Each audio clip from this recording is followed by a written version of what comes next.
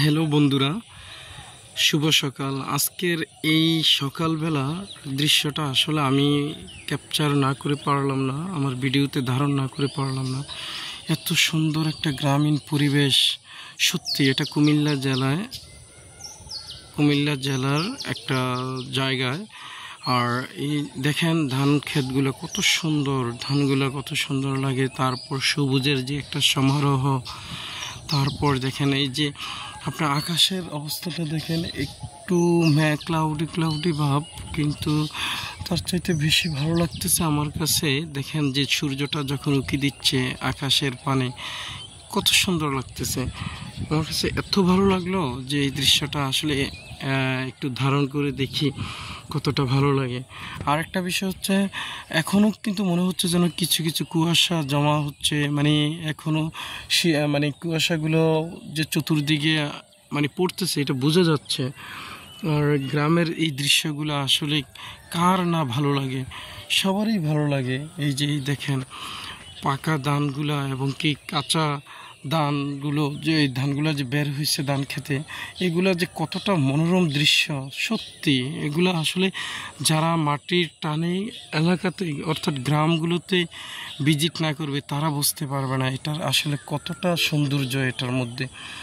আর দেখেন এই যে গ্রামীণ পরিবেশগুলো আসলে কতটা সুন্দর। আর এটা আমি একটা মোবাইলের মাধ্যমে ভিডিওটা ধারণ করেছিলাম। আমি যে DJI Action 5 Pro দিয়ে অন্যান্য ভিডিওগুলো করি, কিন্তু এই ভিডিওটা যেহেতু হঠাৎ করে আমি মাঠে এসে মানে রাস্তা দিয়ে হাঁটতেছিলাম একটা গ্রামীণ জনপদ দিয়ে, তখনই যখন এই দৃশ্যটা দেখলাম মনে হলো যে আসলে কিছুটা ক্যাপচারিং করার চেষ্টা করি, দেখি এই দৃশ্যগুলো কতটা ভালো লাগে। যদি বন্ধুরাও পছন্দ করে তাহলে আমি পরবর্তীতে আসলে এই দৃশ্যগুলোও তুলে ধরার চেষ্টা করব।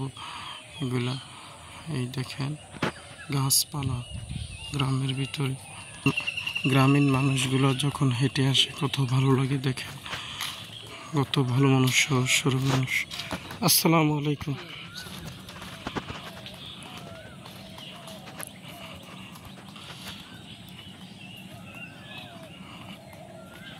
সত্যি অপূর্ব, সত্যি অপূর্ব। এই মেঠু পথগুলো সত্যি অসাধারণ। এই পথ দিয়ে যারা না হাঁটে তারা বুঝবে না এই পথটা দিয়ে হাঁটা অথবা চলাফেরা করে কতটা আনন্দদায়ক, কতটা মজাদার। এই দেখেন বাড়িঘরগুলো কতটা সুন্দর, কিন্তু মাঝখানে পথগুলো কতটা সংকীর্ণ। আসলে এখন মানুষ জায়গায় ছাড়তে চায় না পথের জন্য, অথচ বাসায় গাড়ি নিয়ে আবার ঢুকতে চায়। এটা গ্রামের মধ্যে এটা একটা সমস্যা, এটা অস্বীকার করার কোনো জো নেই। এই যে পুকুরগুলো দেখেন কত সুন্দর। এই যে এটা হচ্ছে ভুট্টা ক্ষেত, ভুট্টা ক্ষেতে ভুট্টাগুলো মনে হয় পারা প্রায় শেষ, কিন্তু এখনও আছে। এই যে আপনার এখনও কিছু কিছু ভুট্টা রয়েছে, অথবা একবারে শেষ করেনি পারা। এই যে এই দেখেন কতটা সুন্দর। আর এর পাশে ওই যে দেখা যায় ওটা একটা স্কুল, সরকারি প্রাথমিক বিদ্যালয়। এই যে দেখেন স্কুলটা কতটা সুন্দর, ওয়াও, সত্যি চমৎকার। স্কুলের মাঠটা দেখেন আপনি, এত ভালো লাগবে যে ছোট একটা নদীর ধারে আপনার এই স্কুলটা দেখেন, সত্যি অসাধারণ। ওয়াও, এটা হচ্ছে স্কুলের মাঠ। এই দেখেন স্কুলের মাঠটা।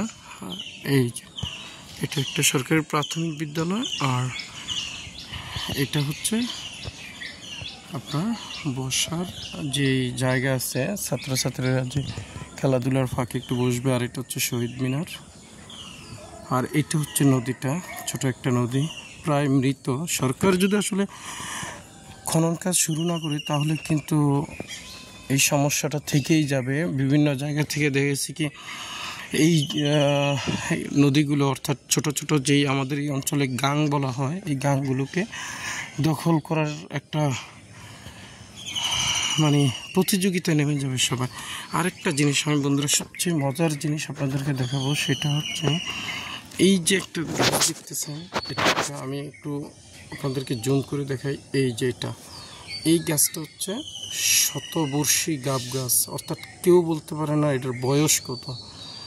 বিশাল মোটা, সত্যি কথা বলতে এটা কেউ কেউ বলছে 200 বছর, কেউ কেউ বলছে যে তারও বেশি বয়স। এটা অনেক বছর ধরে, যুগ যুগ ধরে এটা এখানে এই অবস্থাতেই আছে।